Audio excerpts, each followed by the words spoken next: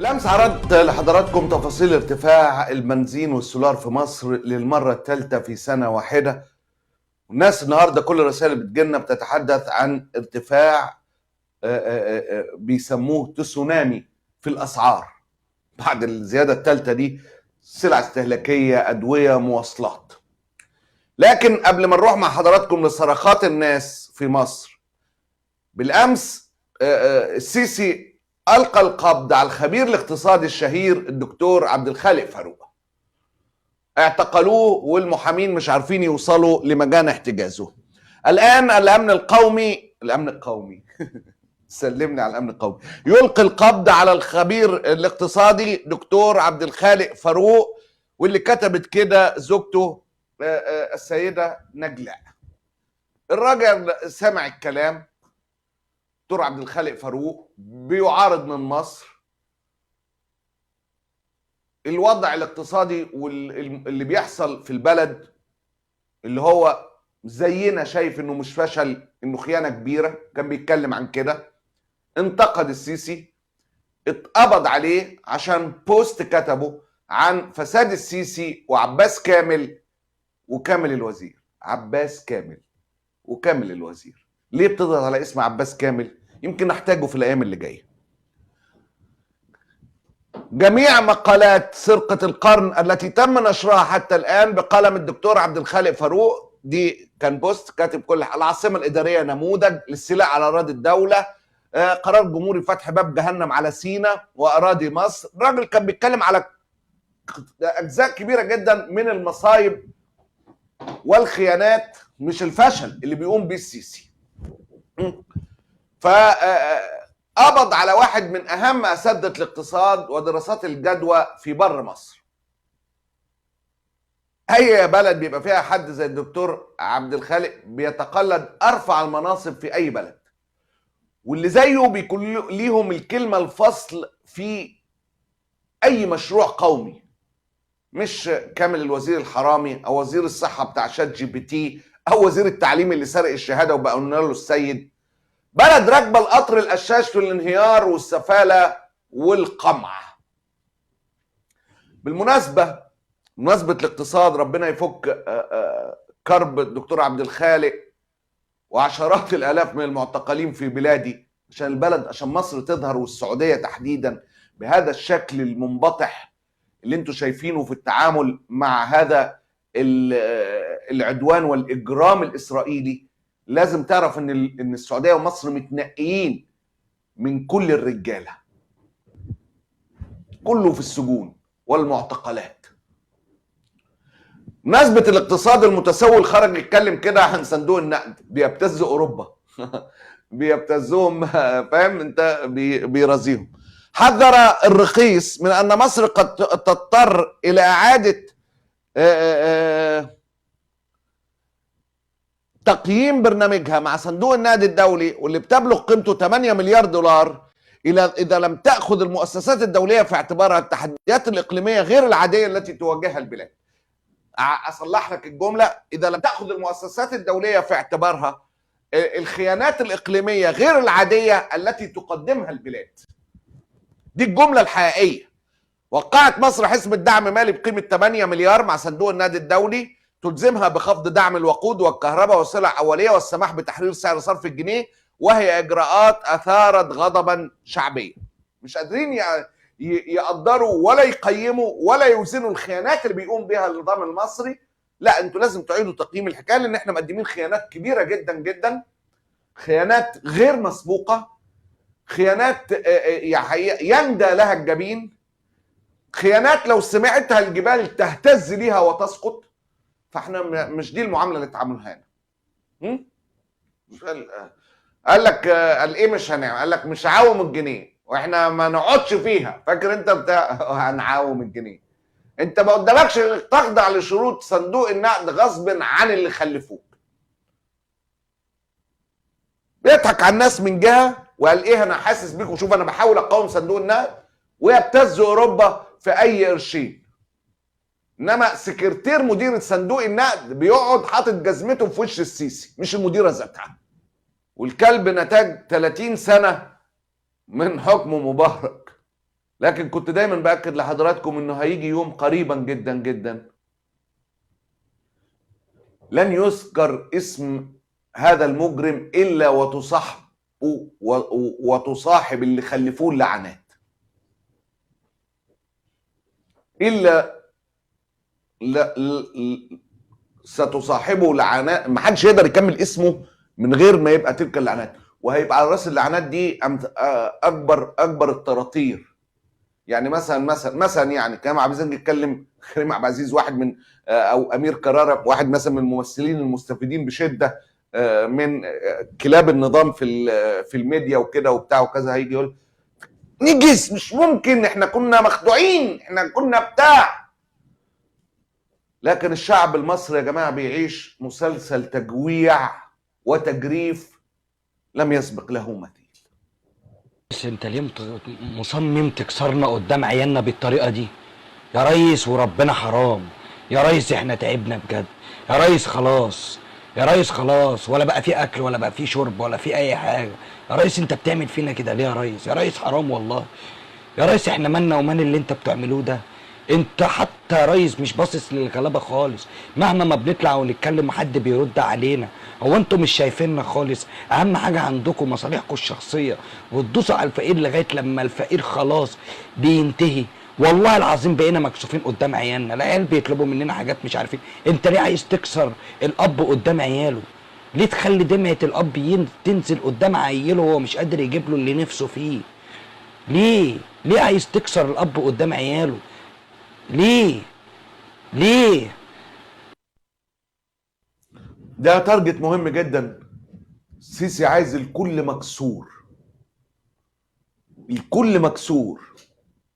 والمرحلة الأخيرة من حكم العسكر لا تسمح إلا بحكم شعب مكسور، مكسور فعليا. وحقيقة بيبقى ده النفسيات غير السوية زي السيسي كده، والمريضة نفسيا، واللي بتعاني من الكسرة المهينة جدا قدام ابن زايد وابن سلمان، فبيجي يطلع ده. انا مش بتكلم بقى على الزعماء الغربيين ولا قدام، لا بكلمك عن ابن زايد وابن سلمان يعني. فبيطلع ده على بينتقم من هذا الشعب. لكن طول ما لسه الناس، سامحني يعني حضرتك والله، سامحني ايها الاب المكلوم، لسه طول ما الناس بتقول يا ريس هيفضل يكسر ويكسر ويسحق. فتحها عليم رزاق يا كريم. لسه صح دلوقتي وقريت خبر ارتفاع سعر الوقود. مفيش ادنى مشاكل خالص. احنا كمواطنين ملتزمين محبين لبلدنا مطيعين لحكامنا وبندعم ادارتنا الحكيمه. طبعا اكيد الزياده دي مدروسه، واكيد الزياده دي وراءها خير للبلد ولكل الناس، وهتجني ثمارها قريبا. بس انا دلوقتي بكلم الحكومه اللي هي بترعانا وبقول لهم انا اعيش ازاي، انا واللي زيي يعيشوا ازاي. قولوا لي اجيب فلوس منين؟ يا حكومه يا اموره يا عسوله يا لزوزه، قولي لي انت، قولي معدل مصاريف اليوم كام؟ معدل مصاريف اليوم كام؟ اكل شرب معيشه لبس مدارس خروج. اعملوا احصائيه كده وقولوا لي المواطن المصري المواطن بيصرف كام في اليوم. مش هقول بقى اسره بقى، لا اقول مواطن. انا يا عم اهو لا خلفت ولا اتجوزت ولا اي بدنجان، انا مواطن. قول لي انا كمواطن بطول عايش فرد كده فرداني اعيش ازاي وبكام؟ ممكن بعد اذنك اعمل اللي تعمله، ان شاء الله تخلي الوقود بمليون جنيه، انا مش دعوه. انا اعيش ازاي؟ انا اجيب فلوس منين؟ قول لي انت، قول لي اجيب فلوس منين، بس مش عايز اكتر من كده. راجل ملتزم ومحب ومطيع، ما عندوش مشكله في النفق. مشكلته انفخني بس عيشني بقى بعد ما تنفخني، ده حقه انه يعيش زي باقي البشر. لو معاك عربية في مصر فانت بتتعاقب. ايه ده انت معاك عربية؟ طيب كل يوم هنغلي لك البنزين. عايز اقول للرئيس اللي هو الرئيس الجمهورية الرئيس عبد الفتاح السيسي، عايز اقول لك يا ريس غلي كل حاجه زي ما انت عايز براحتك، غلي البنزين غلي الغاز غلي زي ما تغلي، اهم حاجه ترخص البني ادم. تمام. انا جاي النهارده عشان اقول لك بس ان العربيه بتاعتي انا بعتها، انا بعت العربيه بتاعتي. تمام. مش عشان البنزين ولا الغاز، انا بعتها اصلا من اسبوعين. تمام. فغلي براحتك، انا عايزك تغلي في الحاجه وترخص في الشعب براحتك بقى، حتى اما ربنا يبص يبعت لك مندوب.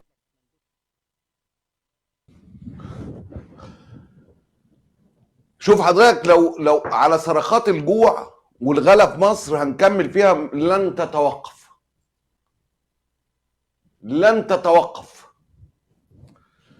والله العظيم لن تتوقف. بص، وقول للناس اننا في مصر بنتحارب من المنافقين اللي هم، وعيب قوي اننا بنتضرب في كل حاجه ومفيش اي نوع من المقاومه. احنا بنلعب دور الميت اللي مش حاسس بانتهاك حقوقه، وده اللي واجعني. نرجو يا استاذ معتز تسليط الضوء على اصحاب المعاشات، حيث ان المعاش لا يكفي ليوم 10 في الشهر. تخدم الحكومه 30 سنه 40 سنه بتاع، تختم حياتك رعب اصحاب المعاشات، وانت بتتعرض لمهانه ما بعدها مهانه، لا عارف تتعالج ولا عارف تاكل ولا عارف تشرب، بعد ما الحكومه والبلد مصت خيرك وبقيت مسن. مصر على وشك الهلاك بكل معنى الكلمه في كل المجالات، خصوصا التعليم اللي للاسف وصل لمرحله غير مسبوقه. محتاج 1000 حلقه او 100 برنامج يتكلموا عن المناهج الدراسيه، بس خصوصا التعليم الاساسي. احسن لنا انهم يلغوا التعليم، لان اللي بيحصل تخريب كبير والله العظيم. تخيل حضرتك كتاب العربي تلاقي فيه اخطاء لغويه واملائيه ومطبعيه، ده مش صدفه ابدا. اقسم بالله لو جبت كتاب سادس ابتدائي هتفهمني وتعرف انا عايز اقول ايه. طبعا اولياء الامور اغلبهم مش لاقيين وقت الحاجه، وممكن يكونوا ما يعرفوش ان عقول ولادهم بتتخرب. لله على الاقل اديهم فكره، وربنا يجعله في ميزان حسناتك. احنا الكتب دي يا جماعه والتعليم يعني تحدثنا عنها، وقرارات الاخيره اللي اتخذت في التعليم اللي كانت قمتها دمج الدين الاسلامي والمسيحي ادي الدين، والغاء الفرنساوي، والغاء الجغرافيا، وكتب العربي اللي فيها اخطاء عربي. حقيقه المشهد بقى بزراميط، يعني البزراميط كان في بقع في مصر، البزراميط ضم على بعضه، البلد كلها بقت بزراميط.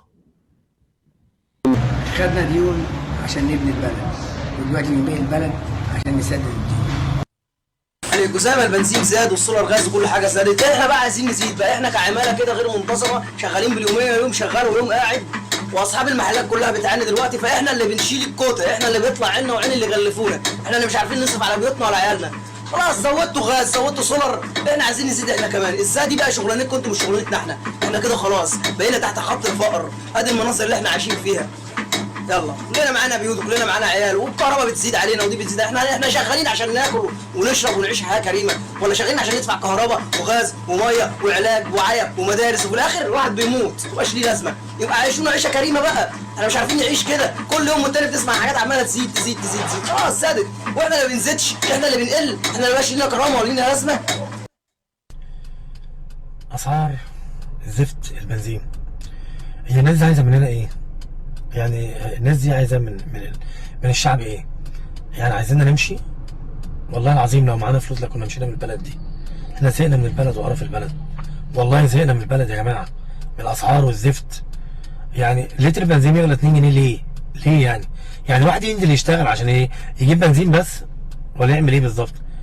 يعني ولا شغل ولا مرتبات ولا زفت، ويجي يقول لك اصل المرتب، يعني الاسعار دي اسعار عالميه. طب احنا بناخد مرتب زي المرتبات العالميه، مستوى دخل الفرد عالميا $3000. احنا ما بنكملش $100، ما بنكملش $100. ارحمونا ارحمونا والله العظيم. الناس دي عايزه مننا ايه؟ يعني الباشا الكبير عايز مننا ايه؟ وعايز من الناس ايه؟ يعني هو انتوا بتضغطوا على الناس عشان خلاص تنفجر والناس تصور؟ خلاص ما بقاش في حد بيصور، خلاص صورها خلاص، يعني الناس اللي صارت خلاص عرفت ان هي ولا فارق معاها، واترموا في السجن ونصهم مات وخلاص كفايه كده. والناس خلاص يعني بقى عندها من الخوف ما يكفي. الناس بقى يعني خلاص جابت اخرها، ارحمونا والله العظيم انا ما عارف اقول ايه. حسبي الله ونعم الوكيل في ام البلد دي وفي اللي ماسكينها، ارحمونا، حسبي الله ونعم الوكيل. بقول لحضرتك في شوارع معاناة في مصر محدش حاسس بيها.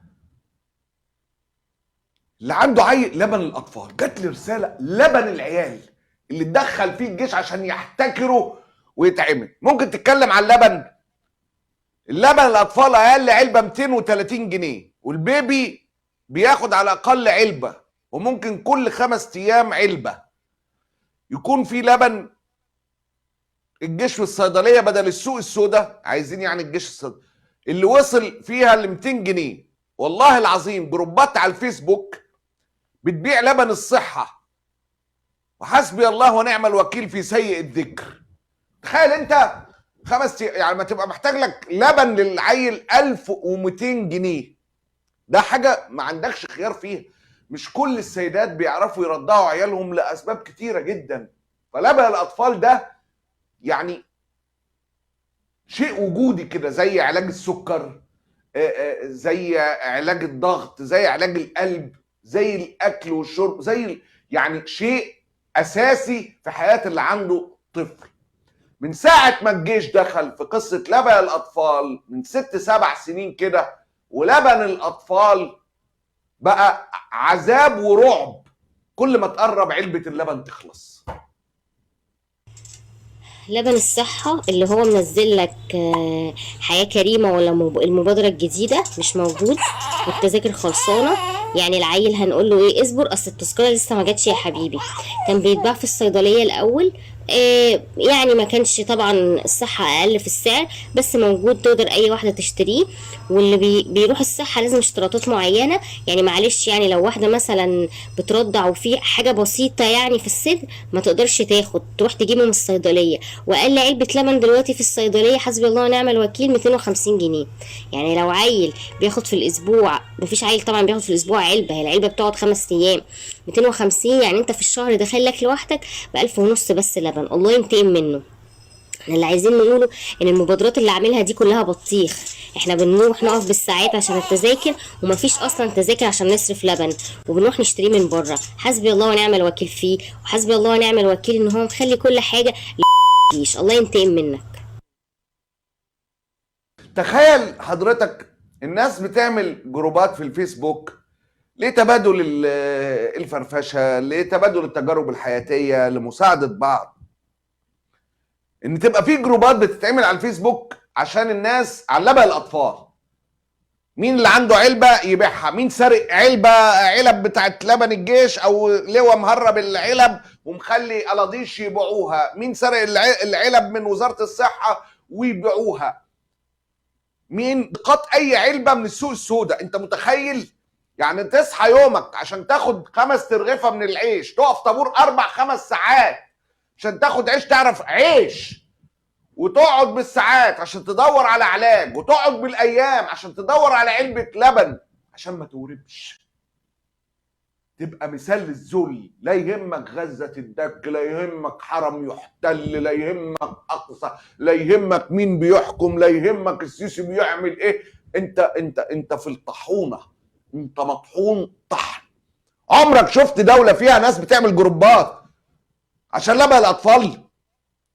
ما تلومش اللي دخلوا الجروب. اكتر من 50,000 اسره في الجروب، وده مش كل ده واحد من الجروبات بتاعت لبن الاطفال. ما تلومش الناس. تخيل انا لما شفت قلت اشوف الجروب ده فيه عدد كام حد في الجروب. هات لي الصوره تاني يا عبد الله، هات لي الصوره. عدد المنضمين للجروب 51,800 عضو. اقسم بالله في جروب تاني انا بعته لزمايلي ما اعرفش ليه ما خدوش، كان فيه 68,000. تخيل اكتر من 50,000 اب او ام في ذلك الجروب، كل همه في الحياه انه يوفر علبه اللبن للعيل بتاعه مش لاقيها. اللي وزير الصحه يقول لك سالنا شات جي بي تي قال لا انتوا كويسين. جيش دخل في السمومه خربها زي ما خرب السمك وخرب الفراخ. مصر بتستورد 30 مليون بيضه يا مجرمين، بقينا نستورد البيض. يعني بلد بتحكم محدش بيشارك العسكر والعياذ بالله في الحكم على الاطلاق. بيحكموا البلد ويغتصبوا البلد ويسرقوا البلد وينهبوا البلد ويتحالفوا مع اوسخ ناس جوه وبره البلد، ومش عارف يأمن بيض. فراخ تبيض لانه دمر الفراخ عشان كان مشروع يجيب شويه فراخ ميته متاكله، والقصه كلها اتفضحت بتاعت امريكا اللي بيتحاكم فيها الناس. برازيل متاكله 3 مرات ويجيب بتاع يبيعها، دمر الصناعه. بقيت مش قادر تأمن بيض، والصرخات على كل لون ونوع. والله انا من ذوي الاحتياجات الخاصه. المهم كنت بنتقد المكسيكي على الفيس، جبت مجموع في ثالثه اعدادي 98، قلت اختصر الطريق وادخل دبلوم تجاره. خلصت الدبلوم بمجموع 76%. عايز اتعين بيه، قالوا لي ما ينفعش تجيب مجموع عالي عشان انت نظام دمج وده غلط علينا. قلت تمام، انا كده كده عايز اكمل بعد الدبلوم واشوف حوار التوظيف ذوي الاحتياجات الخاصه ده. رحت كذا مره، المفروض الاحتياجات الخاصه ليهم نسبه للتعيين وكده في الحكومه. رحت كذا مره بالورق ما يتقبلش. ليه؟ قالوا لي عشان انت بتكتب على الفيس وده غلط عليك يا بابا، وانت دلوقتي محتاج واسطه عشان تتوظف. ومبدئيا روح نزل صور الرخيص وبين انك انت بتعبده بدون الله عشان نبدا نفكر في حالتك. بنت بتركب الباص بتروح الجامعه 5 ايام، الباص كان ب 30 جنيه، دلوقتي 35 جنيه رايح 35 جنيه جاي و20 جنيه ميكروباص، يعني مصاريف بنتي في اليوم 90. هم اولاد اللي مش حاسين بحاجه 1090 1800 جنيه مواصلات، لا كلت ولا شربت بق ميه ولا اشترت مذكره. عيله واحده بتروح ب 1800 جنيه مواصلات. استاذ معتز، انا كنت قاعد في عربيه انا و2 صحابي واتفاجئت من الراجل لابس قميص وبنطلون شكل موظف، راح قاعد على كوم في الخضار اللي بيبقى يعني باقي من البياعين. تخيل انت البياعين بيرموا خضار لا يمكن يتباع، مفعص، الدود داخله ربنا يعزكم، اتداس عليه الدبان واكله، خلاص محدش هيشتريه.